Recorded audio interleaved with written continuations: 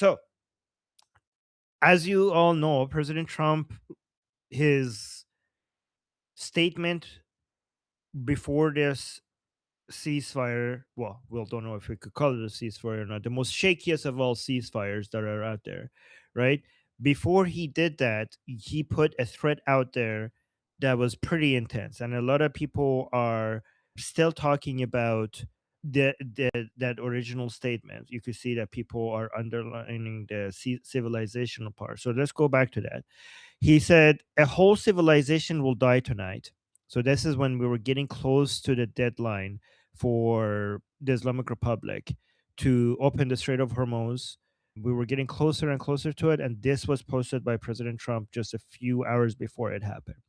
He said, a whole civilization will die tonight, never to be brought back again. I don't want that to happen, but it probably will. However, now that we have complete and total regime change, where different, smarter, and less radicalized minds prevail, maybe something revolutionarily wonderful can happen. Who knows? We will find out tonight. One of the most important moments in the long and complex history of the world. 47 years of extortion, corruption, and death will finally end. God bless the great people of Iran. So this civilization part, like we had the White House press briefing just a few hours ago, I mean just minutes ago, and you could see that so many of the questions were about this. Like they saying, this isn't this war crime, this sounds like we're the jihadi people, aren't you, isn't this talking about killing civilians? So this post obviously is somebody among many of the posts out there who disagrees with that. Like if you read the caption, I mean obviously it's a pro Princess of Pahlavi account, Iranian account. So you could expect the average people who are on our side, what they would say is, by civilization, Trump is referring to the Islamic civilization that has taken Iran hostage for 47 years, not the 2,500-year Iranian civilization. And the proof he has for that is that the ending part, 47 years of extortion, corruption, and death will finally end. So he says, well, this beginning part refers to this end part. Okay. And this is what people here also were suggesting, that that's what this means. Okay. But I honestly think, I don't think it means either one of them. I don't think he's talking about the 47-year Islamic civilization or the 2,500-year Iranian civilization. I think this was just designed to scare the shit out of the Islamic Republic and get them to come sit at the table. It didn't mean anything. It didn't mean it was just a it was just a way to get them to be like, this is just a madman strategy. That, you know what, I'm just unhinged. Who knows what the fuck I'm talking about? I don't know what I'm talking about. Right? Like I'm just a crazy guy that might just blow shit up. So you don't know what I'm gonna do. So you might as so you better be careful. You don't want to deal with me. Nobody knows what I'm saying. I don't even know what I'm saying. And I think this is just a madman strategy now that I think about it. And it worked, to be honest. It worked. Like the Islamic Republic caved in because, guys, one thing that a lot of people are forgetting is that the Islamic Republic said that they will never come and talk to President Trump regarding a ceasefire. They announced that on state TV. They had billboards of it in Iran. They said the only thing that we're willing to talk about is you agreeing that you were defeated, and a way for us to make sure that we are never have war again, like a complete end of all forms of war, that you will never non-aggression. First, you have to pay us. You have to agree that the Strait of Hormuz is ours. You have to agree that we will continue enriching uranium. You have to remove all the sanctions. You have to promise that you will never attack us ever again, and you have to pay us for all the damages. That's the only thing we're going to be talking about. We're not going to talk about a ceasefire. A ceasefire means that you're going to attack us again. So they made that very, very clear that they're not going to do that. So that means that, and guys, this is important. You could like, well, the Islamic Republic lies. I mean, why would you believe them? The thing is that the Islamic Republic said that not to us, they said that to their followers, right? They said that to their own followers, which is the highest priority above everything else right now, is to keep their own followers satisfied and make them feel like they're doing what they're supposed to be doing, because they don't have Ali Khamenei right now to basically convince them that things are going in the right way. So let me go back to the ceasefire before I go to the regime supporters. Let me go to the ceasefire. So President Trump announced the ceasefire, and now we also have a couple of new statements by President Trump saying, "Look at this: the United States will work. Look at the roller coaster that we are just going through. Right? We went from we're going to destroy civilization."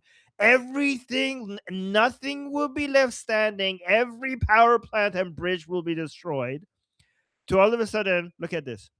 The United States will work closely with Iran, which we have determined has gone through what will be a very productive regime change. There will be no enrichment of uranium, and the United States will be working with Iran, dig up and remove all of the deeply buried B 2 bombers in parentheses, nuclear dust. He's reminding us of the Operation Midnight Hammer.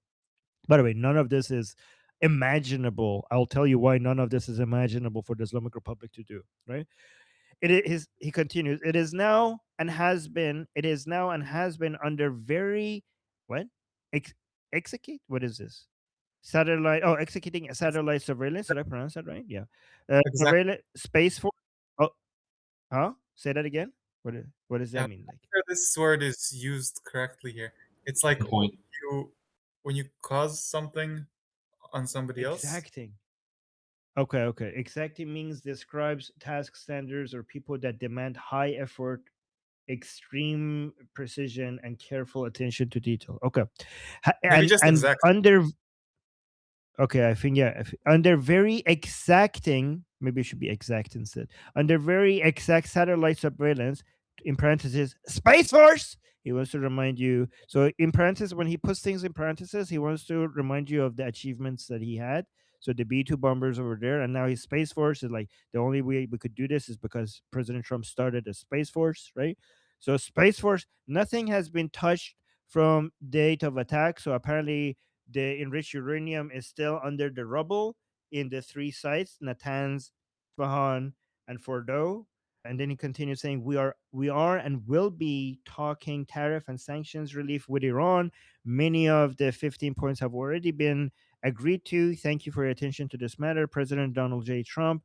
So again, this reminds me of this meme again that it's just a roller coaster. Like we go up, we go down, we have full destruction one day, and then another day we're talking about full cooperation.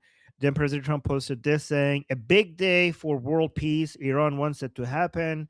They've had enough. Likewise, so has everyone else. The United States of America will be helping with the traffic buildup in the Strait of Hormuz. There will be lots of positive action.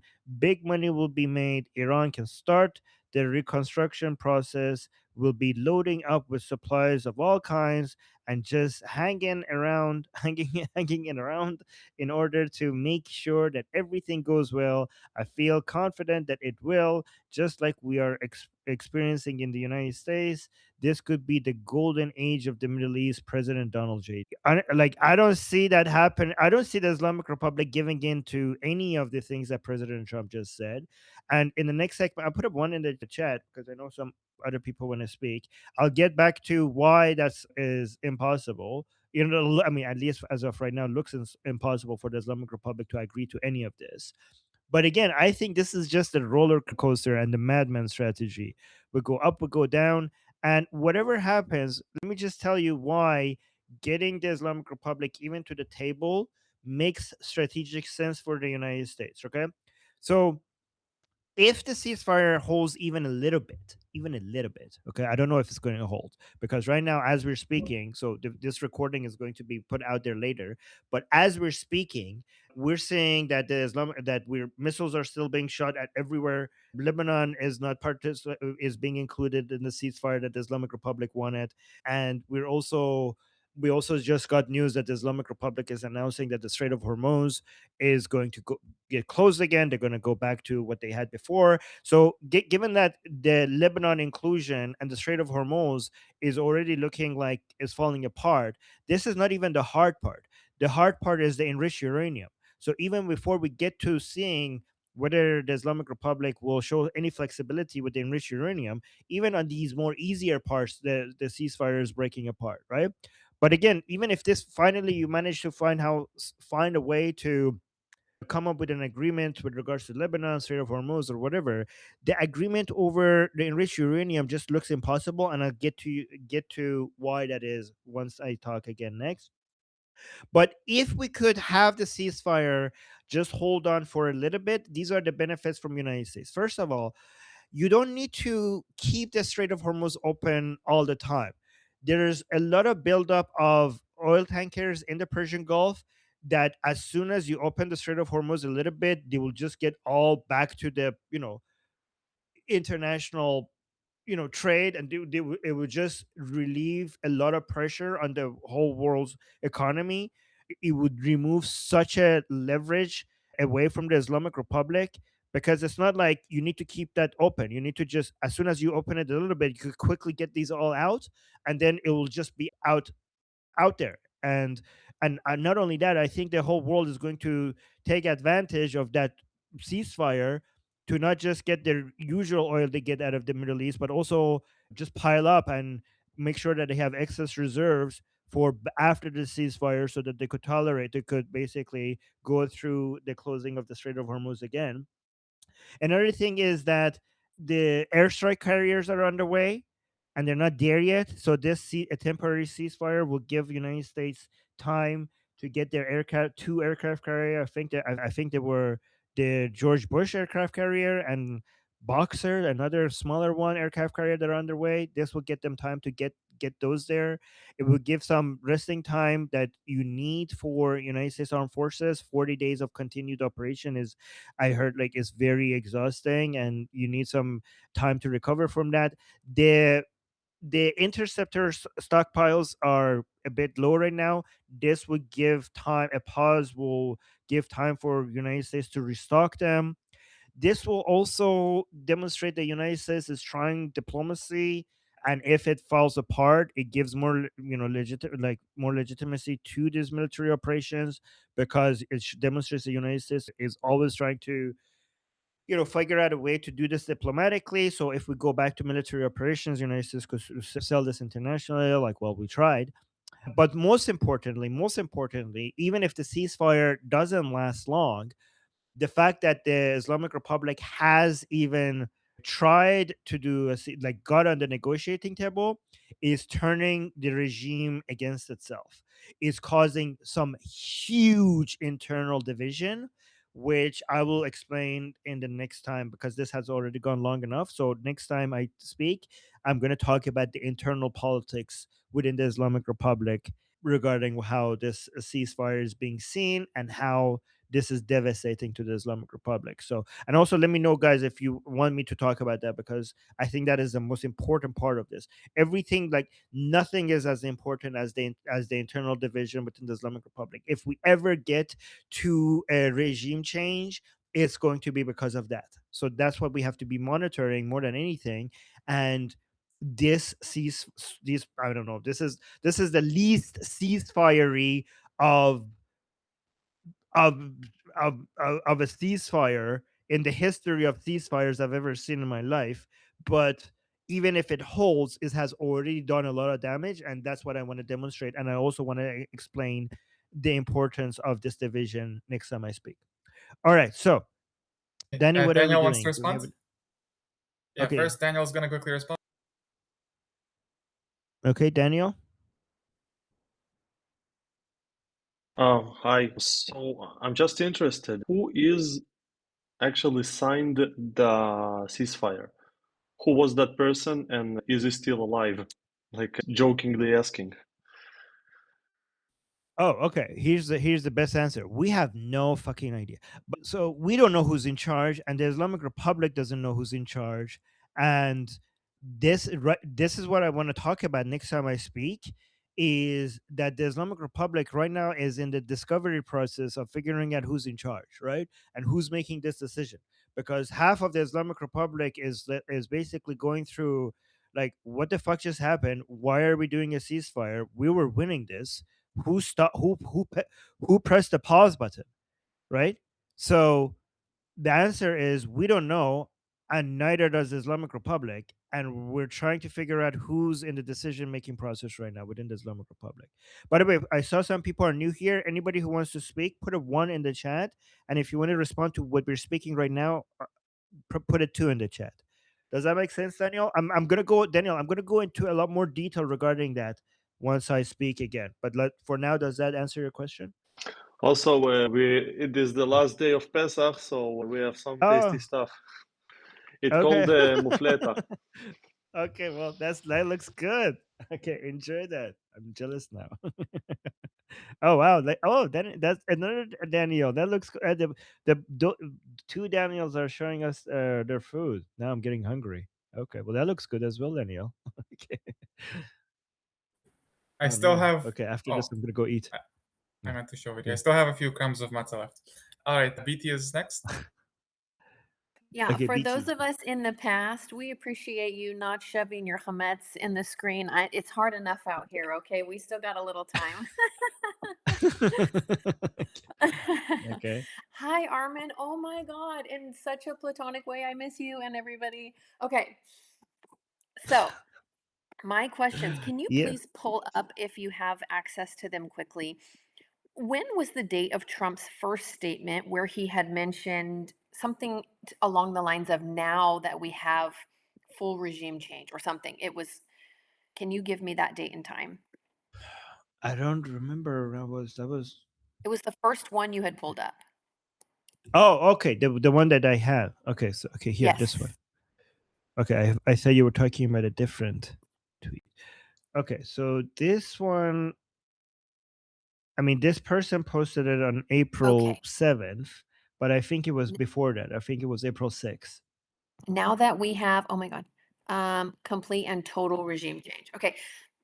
And then the other statement where he said something about if it happens or that it's mostly happening, that statement was after this fact. Okay, let me see. You're talking about this one. This one, I feel confident that it will. This one, I think. This is the one you're talking about? No, it Or no? said, no, it said if regime change happens or This that one. it mostly happened or something kind of. I think it's when you He said didn't say if regime change happened. He's consistent with that. He says regime change has happened. He's saying now that with this new regime, they're more productive. So yeah, he's not saying if regime change happens. He says regime change. He's consistent with saying regime change has happened. Okay, beautiful. Yeah. Was just checking. I know it kind of seems well, with any war, especially wars in the last number of years involving the Middle East, where everybody is more invested than they've ever been in even their own children's lives. And when it has anything to do with Trump, it seems kind of like almost this social experiment. If psychologically, if you step back and look, one single statement, and again, I'm sure he makes these vague at times for reasons, but however you feel about Trump, you can think his statement is 100 feet in this direction or 100 feet in this direction, and both of those people are right somehow. So I appreciate that when he says things like we have total regime change and there are many people who don't feel enough change has occurred, that you do a lot to give us context and add a lot of other statements and actions to kind of clarify that, because people get very caught up on some of his words, and it's just, so I appreciate you for that. So we'll move past that because he did have consistent statement. um can you touch on, because that was part of what I wanted to know, what his statements and potentially this ceasefire are doing for the division within the IRGC? I know you said that you were going to do that later. That was part of my question. So Right. if you want to now, how it contributes to that, I would love to hear it. If I need to wait until it's your turn, that's fine. Yeah, no, yeah, because that's going to be a big segment that I do. Like I have a lot prepared to go over, so I'll do that when it's my turn again, Beautiful. because that's going to be its own major segment. Yeah, Okay, thanks. yeah, yep. No, Okay, thank you, and yay, and Ali. thank you for being back. We missed you. Wow, this ceasefire that includes Lebanon, but also doesn't include Lebanon, and includes uranium enrichment, but also somehow doesn't, and includes opening the strait and doesn't. Yeah, everyone freaked out, much to my annoyance. I just was bombarded with a bunch of that. Not even 30 minutes after the ceasefire, quote unquote, was announced, the regime started launching drones and missiles. To right now, they've launched 154, which has prompted the United Arab Emirates to strike Bushehr. So they actually officially joined the war. They sent jets and they have hit the Wow. regime. And yeah, this is great.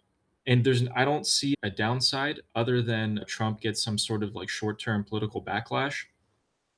And by short term, I mean very short term, because after that, in probably like a couple months, he can come back and be like, hey, you guys were saying this when that was happening. You guys have no idea what you're talking about. Look how it ended up.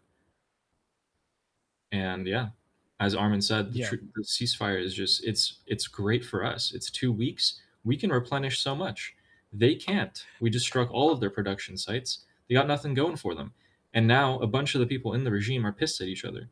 You had Pezeshkian vowing his faction, trying to end this thing, and so they're going to be pushing for this ceasefire super duper hard. And on the other hand, you have someone like Vahidi, who's probably completely against this. He's probably screaming out of frustration at this right now.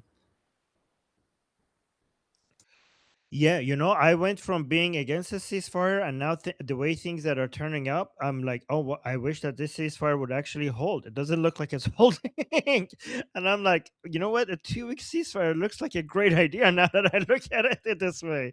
So it's like, based on all the benefits, it will weaken the Islamic Republic because of the internal divisions. It will get the oil out of the Persian Gulf and reduce the pressure on President Trump when it comes to the gas prices, and it will weaken the Islamic Republic because we will go through 2 weeks of internal drama and infighting. And the after 2 weeks, the United States will be stronger because the airstrike carriers are there as well, and you have a lot more stockpile of interceptors, and the Islamic Republic will be weaker. So this would be great, but I don't think it's going. I mean, right now it doesn't look like it's going to hold. So we'll see, I Yeah. guess. Also, think about this. China was actually putting a lot of pressure on the US to do this, to have this like so-called ceasefire. So was Pakistan. That's a lot of leverage that Trump is getting over China, which was kind of his goal from the very get-go of all this. And another thing, we know that the commanders from the IRGC just launch their missiles, on their own. They don't really take a sort of unified order. We did see Mojtaba Khamenei give this blanket statement of, hey, stop firing, which clearly has not worked at all. So that tells me that the US already knew that no matter what ceasefire was going to happen, these IRGC commanders were still going to launch their missiles. And is just immediately going to break the ceasefire regardless, and the bombings will continue. That gives the U.S. and Israel an excuse to continue the bombings, which they have today. So, and all in all, I mean, I guess the goal was to create the fractures within the regime. Yeah, and it's working. If that was the goal, it's working. Let me see, when is the market open? Like, okay, yeah, everything is. Why is it? Given that the ceasefire looks shaky, it's interesting that the oil price is not adjusting itself that much, because you would think like, what is happening? Did they get everything out? No, the Because when Hormuz the Strait is when closed. they announced, Two yeah, hours so ago, it why is closed it not down. up?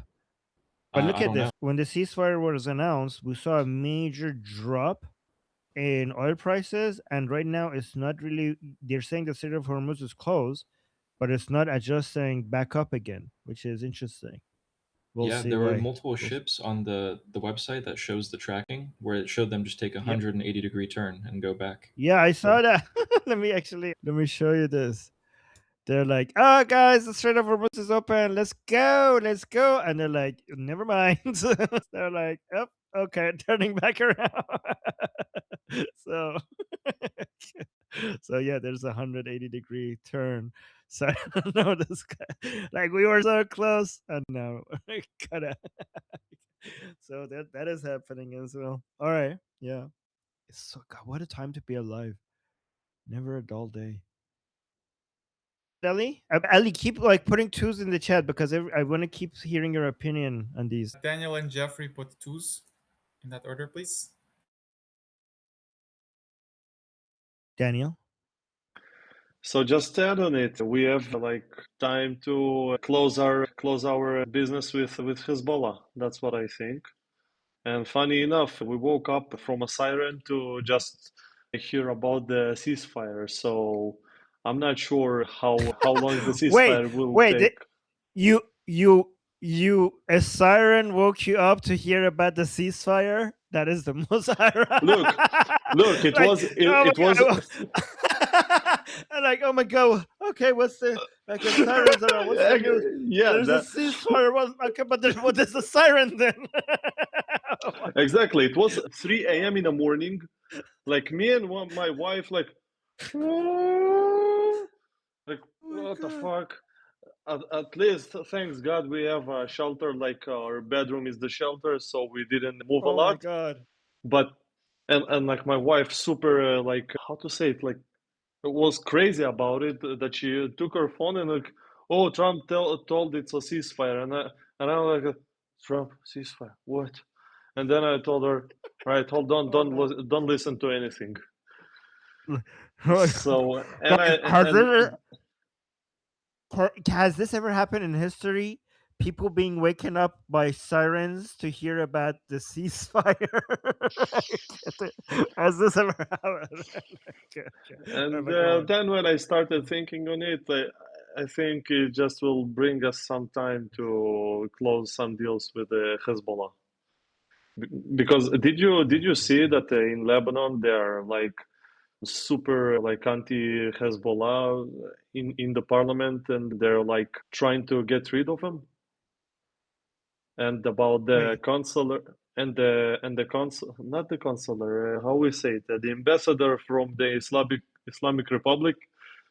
It's the been for like that's old news. So this is imperial. This is true imperialism. This is true colonialism. So this is a few days old now. Like the official government of Lebanon has said that the ambassador of the Islamic Republic in Lebanon is not welcome here. They're not the ambassador anymore. You need to get out. So this I know is the first time in history. And the ambassador was like, I'm not going anywhere. I'm still the ambassador. And he just stayed.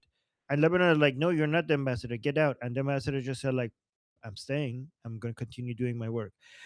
A lot of people. This has never happened. I know, like my first when I said this has never happened in history. Regardless of sirens, that was a joke, but this is not a joke. This has never happened in history. This is a serious violation of a country's sovereignty. This is colonialism. This is basically the Islamic Republic deciding that they get to decide the policies within Lebanon and decide what happens in Lebanon more than the official government of Lebanon. This is colonialism. And I'm not sure how true it is, but from what I managed to understand, that a lot of Shias in Lebanon are starting to like trying to get rid of Hezbollah as well. Though Hezbollah but it's not going to work. It's not going to work because they have guns. Hezbollah has guns. They don't, so it doesn't matter. Yeah. Hezbollah has a bigger army than Lebanese government, so they're not going to be able to do that. And also, the speaker of the parliament in Lebanon is still loyal to Hezbollah and the Islamic Republic, and they're actually very upset right now that the current ceasefire was supposed to include Lebanon in it, was supposed to get Israel not attacking Hezbollah, but Israel continues to attack Hezbollah. And we saw the White House speaker, she also confirmed that Lebanon is not part of the ceasefire. So IRGC, the foreign minister of the Islamic Republic, came out and said that, highlighted the part of the statement from the prime minister of Pakistan mentioning that Lebanon is included, and saying that if Lebanon is not included, there is no ceasefire. And I think they need to do that, because right now one of the only remaining deterring abilities of the Islamic Republic is its proxies. And if the proxies of the Islamic Republic see that the Islamic Republic is throwing the proxies under the bus and not protecting them, then they might not be willing as much to fight for the Islamic Republic. So that's why IRGC is insisting that that Hezbollah, not attacking Hezbollah by Israel, it should be because he needs to show that they're fighting for Hezbollah, or else they're going to be abandoned by Hezbollah. They're desperate to keep them happy.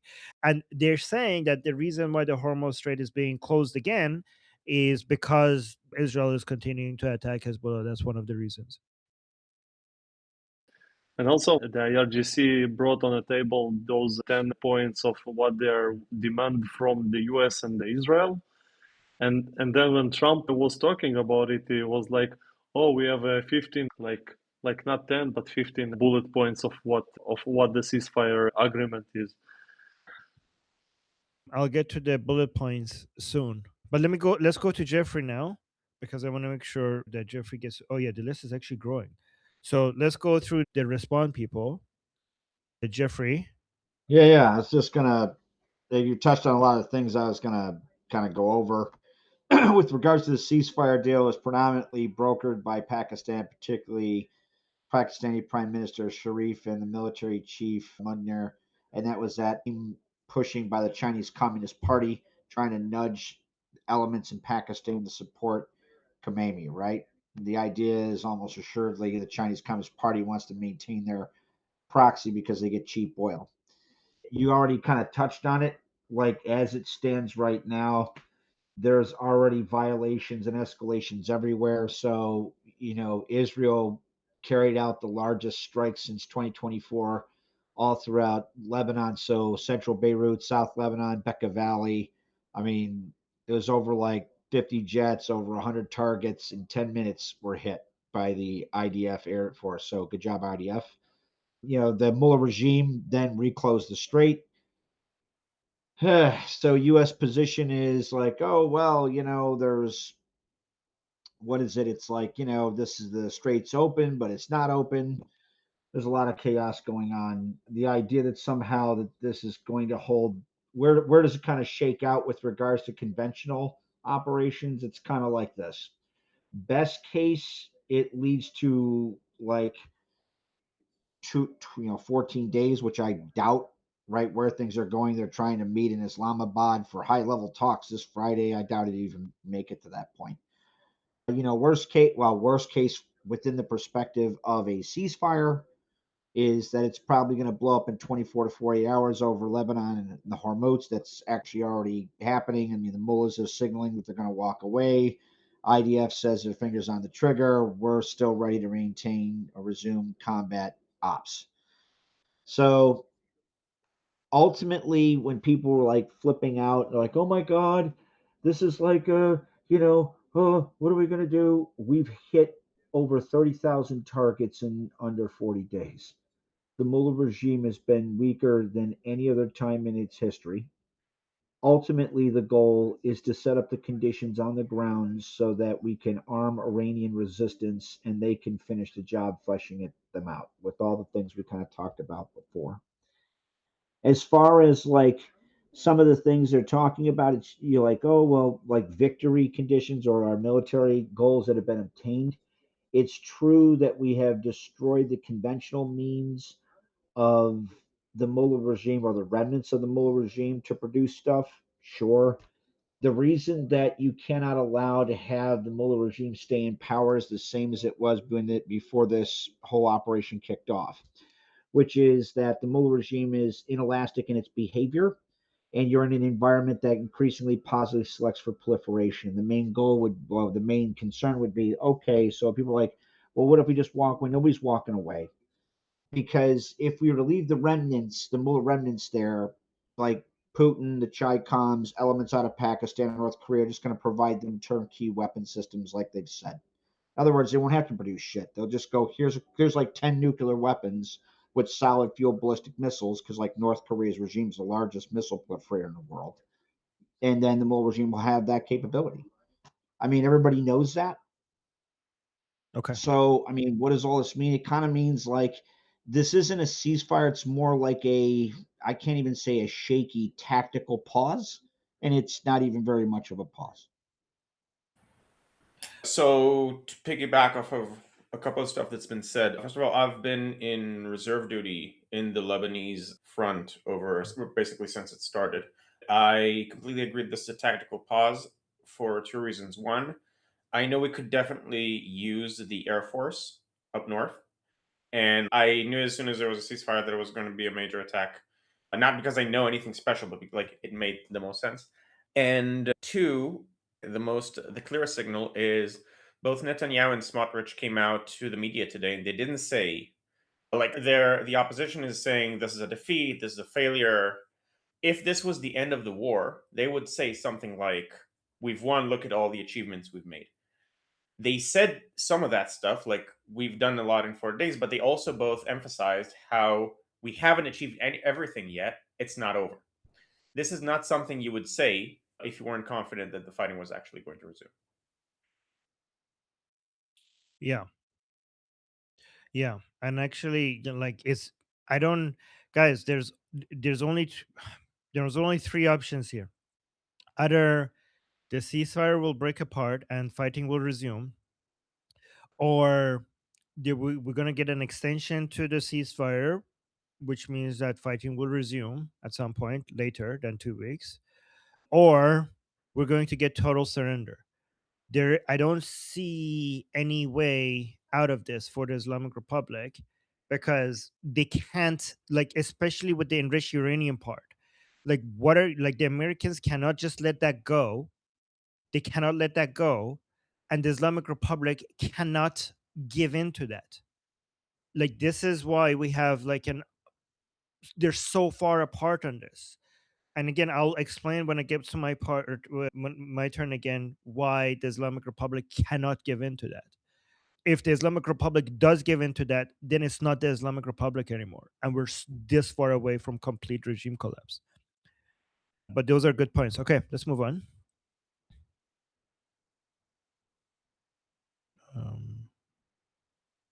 Am I frozen, or is Danny frozen? I think Danny is frozen. It is Danny. We just had Oh. Ali, huh? Oh If no, so, I think Ali is it again. No, I think it's Ali's turn, because Ali, the first time Ali spoke, he was responding. So this is his turn on Ali. okay. I actually just wanted to post this little link. It's 10 seconds long about Netanyahu confirming what Guy just said. Okay, let's just share that really quickly here. Okay, so Prime Minister Netanyahu is saying, I would like to emphasize this is not the end of the campaign. It is merely a preparation on our way to achieving all of our goals. Wow. That is such a good link to share. And you're right, this does confirm what Guy just said here. And I would like to emphasize, this is not the end of the campaign. It is merely a preparation on our way to achieve all of our goals. And I would like to emphasize, this is... Yep, that was pretty good. That was a really good share. Thank you, Ellie. Thank you for that. I'm going to save that for during the show as well.